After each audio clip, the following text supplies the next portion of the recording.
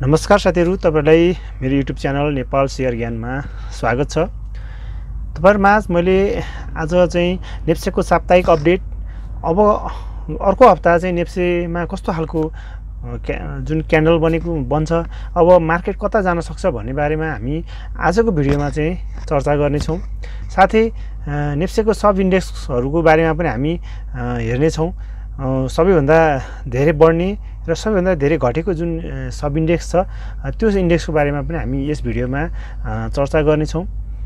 भने साथीहरु, तपाईहरु मेरो च्यानलमा भर्खरै आउनु भएको छ र च्यानललाई सब्स्क्राइब गर्नु भएको छैन र नयाँ हुनुहुन्छ भने चाहिँ च्यानललाई सब्स्क्राइब गरिदिनु होला। तपाईहरुमाझ मैले यस्तै जानकारीमूलक भिडियोहरु बनाएर आइरहने छु। भने अब आजको हामीले जुन नेप्सेको चार्टलाई हेर्छौं, डेली चार्टमा हेर्छौं भने चाहिँ जुन गत हप्ताको अन्तिम जुन कारोबारमा चाहिँ ओपनिङ 2656.49, हाई 2668.0 छ, लो चाहिँ 2641.88 र क्लोजिङ चाहिँ 2658.02 मा चाहिँ क्लोजिङ भएको छ भने 2.08 अंकले चाहिँ बढेको छ। एउटा बाउन्स ब्याक हुन खोजेको, अर्थात एउटा इन्डिकेसनल जुन क्यान्डल चाहिँ बनेको देखिन्छ। जुन यो अन्तिम दिनको कारोबार हेर्दाखेरि चाहिँ लगातार एउटा 4 दिनसम्म कारोबार घटिरहेको थियो। लास्ट दिनमा अन्तिम कारोबारमा आएर चाहिँ थोरै एउटा बाउन्स ब्याक हुन खोजेको हो कि जस्तो चाहिँ देखिन्छ। तैपनि एउटा बाइङ प्रेसर पनि छ, क्यान्डलले सेलिङ प्रेसर पनि छ।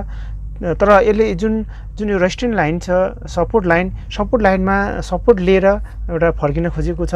र जबसम्म यो जुन रेजिस्टेन्स लाइन छ, यो रेजिस्टेन्स लाइनलाई ब्रेक गरेर माथि जाँदैन अथवा एउटा ग्रीन सिग्नल जुन बाइ सिग्नल दिँदैन, तबसम्म चाहिँ हामीले एउटा डाउन ट्रेन्डलाई चाहिँ ब्रेक गरेको छ भनेर हामी भन्न सक्दैनौं। जब यसले चाहिँ अहिले चाहिँ एउटा डाउन ट्रेन्ड जुन लाइन छ, डाउन ट्रेन्ड लाइनमा चाहिँ यसले सपोर्ट लिइरहेको छ। यसलाई ट्रेन्ड चेन्ज गर्नको लागि चाहिँ यसले जुन यो रेजिस्टेन्स लाइन छ, यो रेजिस्टेन्स लाइनलाई ब्रेक गरेर माथि गएर एउटा ग्रीन क्यान्डल बन्यो भने चाहिँ बल्ल हामीले एउटा पोजिटिभ रूपमा लिन सक्छौं। त्यसपछि चाहिँ बल्ल मार्केट फर्किन्छ, बाउन्स ब्याक हुन्छ भनेर हामी लिन सक्छौं। भने अब चाहिँ भोल्युम हेर्छौं भने भोल्युम पनि जुन 7.8 अर्बको चाहिँ कारोबार रहेको छ। भोल्युम एउटा नर्मल भोल्युम जुन आएको छ, यो भोल्युमले चाहिँ एउटा मार्केट एउटा साइडवेजमा बसेको र यसले चाहिँ अलिकति जुन करेक्सनमा आएर फेरि एउटा फर्किन खोजेको हो जस्तो चाहिँ हामीले बुझ्न सक्छौं भोल्युमबाट पनि। भने अब हामीले यसलाई चाहिँ अरु फर्मुलाबाट एमएसिडी बोलिन्जर ब्यान्डबाट हेर्छौं भने एमएसिडी मा हेर्छौं भने एमएसिडी ले चाहिँ एउटा जुन डे को जुन क्यान्डल छ, डेली क्यान्डलमा चाहिँ एउटा सेल सिग्नल दिन खोजेको हो जस्तो देखिन्छ र कन्फर्मेसन चाहिँ दिएको छैन। तर यसले चाहिँ अलिकति साइडवेजमा छ, एउटा करेक्सनमा छ भने हामी बुझ्न सक्छौं। भने बोलिन्जर ब्यान्डमा चाहिँ यो अप्पर ब्यान्ड, मिडल ब्यान्ड र लोवर ब्यान्डको बीचमा क्यान्डल बनेको छ। यसले चाहिँ एउटा करेक्सन र अलिकति ओभरसोल्ड देखाएको छ र यो चाहिँ मिडल ब्यान्डमा जुन रेजिस्टेन्स गरेर फेरि एउटा सेलिङ प्रेसर जुन आएको देखिन्छ। यसले जबसम्म मिडल ब्यान्ड एउटा क्रस गर्दैन बोलिन्जर ब्यान्डमा, तबसम्म हामी चाहिँ बाइ सिग्नलको रूपमा लिन सक्दैनौं। त्यसले गर्दा जब यसले ब्रेक गरेर माथि जान्छ, त्यसपछि हामीले बाइ सिग्नल लिन सक्छौं। र अब आगामी हप्ता चाहिँ एउटा सेलिङ जुन एउटा ट्रेन्ड सकेर एउटा चाहिँ सपोर्टबाट फर्किन खोजेको कारणले गर्दा चाहिँ एउटा अब आउने मार्केट जुन अर्को हप्ता चाहिँ अलिकति पोजिटिभ हुन सक्छ कि भन्ने हामी बुझ्न सक्छौं। अब यसलाई हामीले विकली जुन क्यान्डलमा हेर्छौं भने चाहिँ जुन एउटा लास्ट जुन विकको चाहिँ क्यान्डल चाहिँ एउटा सेलिङ प्रेसर देखिन्छ। यसमा चाहिँ एउटा क्यान्डल पनि एउटा रेड क्यान्डल बनेको छ, एउटा सेलिङ प्रेसर भएको जुन एउटा देखिन्छौं। र तै पनि एउटा क्यान्डलमा चाहिँ एउटा बाइङ प्रेसर पनि थोरै लास्ट आवरमा आएर चाहिँ अलिकति बाइङ प्रेसर देखिन खोजेको छ। यसले चाहिँ अब चाहिँ एउटा अलिकति पोजिटिभ हुन सक्छ कि भनेर हामी बुझ्न सक्छौं। र यो जुन रेजिस्टेन्स लाइन र यो सपोर्ट ट्रेन्ड लाइन छ विकली, यो जुन बीचमा चाहिँ क्यान्डल घुमिरहेको छ। र जबसम्म यसलाई चाहिँ यो जुन रेजिस्टेन्स लाइनलाई ब्रेक गरेर माथि जाँदैन, तबसम्म चाहिँ हामीले एउटा ट्रेन्ड चाहिँ अलिकति चेन्ज हुन खोजेको अथवा पोजिटिभ भएको हामी बुझ्न सक्छौं माथि गयो भने। तर यदि यो बीचमा जुन एउटा चाहिँ साइडवेज रहेको छ, विकली ट्रेन्ड लाइनमा चाहिँ क्यान्डल साइडवेज भएर बसेको छ।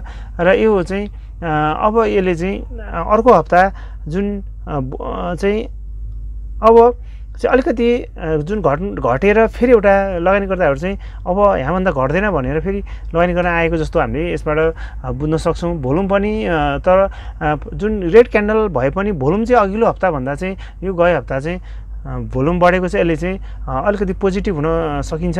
अबको हप्ता चाहिँ अलिकति पोजिटिभ एउटा उमेर जान सक्छ अथवा पोजिटिभ हुन सक्छ कि भने हामी बुझ्न सक्छौँ। तैपनि 1-2 दिनको कारोबार हेरेर कन्फर्मेसन चाहिँ हामीले लिनुपर्ने हुन्छ। भने एमएसिडीमा हेर्छौँ भने एमएसिडीमा चाहिँ यो जुन रेड हिस्टोग्रामै बनेको छ यसले चाहिँ बाइ सिग्नल चाहिँ दिइसकेको छैन, एउटा अलिकति करेक्सनमै छ भनेर हामी बुझ्न सक्छौँ। भने बोलिन्जर ब्यान्डमा चाहिँ यो मिडल ब्यान्ड र लोअर ब्यान्ड र मिडल ब्यान्डको बिचमा रहेको छ।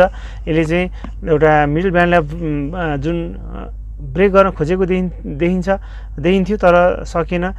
एउटा चाहिँ मिडल ब्यान्डको जुन र लोअर ब्यान्ड र मिडल ब्यान्डको बिचमा क्यान्डल बसेको छ बोलिन्जर ब्यान्डमा। यसले जबसम्म मिडल ब्यान्डबाट माथि एउटा ग्रिन क्यान्डल बन्दैन तबसम्म चाहिँ यसले पोजिटिभ रूपमा हामी लिन सक्दैनौँ बोलिन्जर ब्यान्डबाट। भने अब हामीले जुन अर्को एउटा स्टक सब इन्डेक्स लिएर आएको छु मैले। अर्को सब इन्डेक्स जुन होटल सेक्टर रहेको छ, होटल सेक्टरलाई हेर्छौँ भने चाहिँ होटल सेक्टर यो गए हप्ता चाहिँ 75.85 अङ्कले चाहिँ घटेको छ। पर्सेन्टमा भन्नुपर्दा 1.17%ले घटेको छ। ओपनिङ 64.8 छ, 6486.53 53, हाई 6500.12, लो चाहिँ 6404.90 र क्लोजिङ चाहिँ 6410.67 मा चाहिँ क्लोजिङ भएको छ। भने अब हामीले यसको चाहिँ सपोर्ट रेजिस्टेन्स लाइन हेर्छौँ भने चाहिँ अब यसको जुन सपोर्ट चाहिँ रहेको छ 6356.17 रहेको छ। भने त्यस पछाडि पनि यदि ब्रेक गरेर तल झऱ्यो जुन भने चाहिँ 6274.29 रहेको छ। भने यदि अब यो जुन रेजिस्टेन्स लाइन हेर्छौँ भने चाहिँ यो 6519.92 रहेको छ। भने त्योभन्दा ब्रेक गरेर माथि गयो भने चाहिँ 6586.21 रहेको छ। पहिला चाहिँ यो जुन पहिलो रेजिस्टेन्स लाइनमा चाहिँ हामीले टार्गेट लिनुपर्ने देखिन्छ। भने अब जुन यो अब यहाँबाट पनि यदि घट्यो भने चाहिँ 6356.17 मा चाहिँ यसको सपोर्ट लाइन रहेको छ। भने भोल्युम हेर्छौँ भने चाहिँ जुन यो सेक्टरको भोल्युम चाहिँ घटिँदै आएको छ। यसले गर्दा चाहिँ अलिकति करेक्सनमा जान सक्छ कि अर्थात् सस्तो जुन घटेको रेटमा चाहिँ लगानीकर्ताहरूले बेच्न चाहेनन् जुन भन्ने हामीले बुझ्न सक्छौँ। त्यसले गर्दाखेरि चाहिँ अलिकति अब 1-2 दिनको कारोबार हेरेर अझै यसलाई हामीले पर्खर हेरेको कन्डिसनमा चाहिँ लिनुपर्ने हुन्छ। र यदि यो सपोर्ट लाइनसम्म आयो भने चाहिँ हामीले यति बेला जुन 22 डिसिजन लिन सक्छौँ त्यस बेला कस्तो सिग्नल दिन्छ र त्यसलाई पनि अझै ब्रेक गर्ने खालको जुन सप्लाई आयो भने चाहिँ हामीले अर्को 6274 तिर चाहिँ हामी इन्ट्री गर्नुपर्ने जुन लाइन देखाइन्छ। भने अब आरएसआई जुन आरएसआई चाहिँ अलिकति करेक्सन नै देखाएको छ 43.62 छ। यसले चाहिँ अलिकति मार्केटमा चाहिँ अलिकति करेक्सन हुनसक्छ भने हामी बुझ्न सक्छौँ। भने अब हामीले अरू फर्मुलाबाट हेर्छौँ भने चाहिँ एमएसिडीबाट हेर्छौँ भने एमएसिडीले चाहिँ अलिकति हिस्टोग्रामहरू चेन्ज भएको छ। यसले चाहिँ अलिकति सेल सिग्नल दिन खोजेको देखिन्छ। भने एमएसिडी बोलिन्जर ब्यान्डमा चाहिँ यो मिडल ब्यान्ड र लोअर ब्यान्डको जुन बिचमा रहेको छ यसले चाहिँ अलिकति ओभरसोल्ड नै देखाउन खोजेको देखिन्छ। भने अब हामीले जुन अर्को सेक्टर हेर्छौँ भने अर्को रहेको छ इन्भेस्टमेन्ट सेक्टर। इन्भेस्टमेन्ट सेक्टर हेर्छौँ भने चाहिँ इन्भेस्टमेन्ट सेक्टर चाहिँ आज जुन गएको अन्तिम जुन हप्ताको अन्तिम दिन कारोबारमा चाहिँ 2.82 अङ्कले बढेको छ। यसको चाहिँ इन्भेस्टमेन्ट सेक्टरको चाहिँ ओपनिङ 113.14, हाई 116.90, लो चाहिँ 111.99 र क्लोजिङ चाहिँ 115.9 सम्म चाहिँ क्लोजिङ भएको छ। भने 2.82 पोइन्टले चाहिँ बढेको छ। भने यो चाहिँ एउटा अप ट्रेन्डमा रहेको छ। डेली क्यान्डलमा हेर्छौँ भने अप ट्रेन्डमा रहेको छ। जुन यसले चाहिँ जुन सपोर्ट लाइनलाई सपोर्ट लिएर फर्केको छ र यसले चाहिँ अब हाम्रो अर्को लाइन भनेको रेजिस्टेन्स लाइन रहेको छ। यो बिचमा चाहिँ अलिकति हामीले विचार गर्नुपर्ने देखिन्छ। भने अब जुन यसले चाहिँ अब जुन जबसम्म चाहिँ यो रेजिस्टेन्स लाइनसम्म यसले जाँदैन तबसम्म हामीले वेट गर्नुपर्ने र त्यहाँनिर सप्लाई आयो भने चाहिँ हामीले अलिकति प्रफिट बुक गर्नुपर्ने देखिन्छ। भने अर्को जुन यसको चाहिँ सपोर्ट हेर्छौँ भने सपोर्ट ट्रेन्ड लाइन चाहिँ एउटा चाहिँ 110 रहेको छ। भने अर्को चाहिँ छ भने यसको रेस्टिङ लाइन चाहिँ 117.79 रहेको छ। त्योभन्दा पनि माथि अर्को जुन रेस्टिङ लाइन भनेको 119 रहेको छ। त्यस पछाडि चाहिँ यो यसले कस्तो खालको जुन ट्रेन्ड लिन्छ त्यो अनुसार हामीले डिसाइड गर्नुपर्ने देखिन्छ। र यो चाहिँ भोल्युम पनि नर्मल भोल्युम आएको छ। आरएसआईले पोजिटिभ देखाएको छ, 61 रहेको छ आरएसआई, यो पोजिटिभ रूपमा देखिन्छ। भने एमएसिडीले चाहिँ अलिकति करेक्सन हुन खोजेको जस्तो देखिन्छ, तर यसले चाहिँ पोजिटिभ नै रहेको छ। हिस्टोग्राम त्यस्तो नेगेटिभ चाहिँ देखिँदैन र एउटा सेल सिग्नल पनि रहेको छैन। भने यो जुन बोलिन्जर ब्यान्डमा हेर्छ भने बोलिन्जर ब्यान्डमा मिडल ब्यान्ड अप्पर ब्यान्डको बिचमा रहेको छ। यसले चाहिँ यसलाई एउटा पोजिटिभ रूपमा नै लिन सक्छौँ। भने साथीहरू, तपाईँहरू मेरो च्यानलमा नयाँ हुनुहुन्छ, च्यानललाई सब्सक्राइब गर्नुभएको छैन भने चाहिँ च्यानललाई सब्सक्राइब गरिदिनु होला। तपाईँहरूमा मैले यस्तै जानकारीमूलक भिडियो बनाएर आइरहनेछु।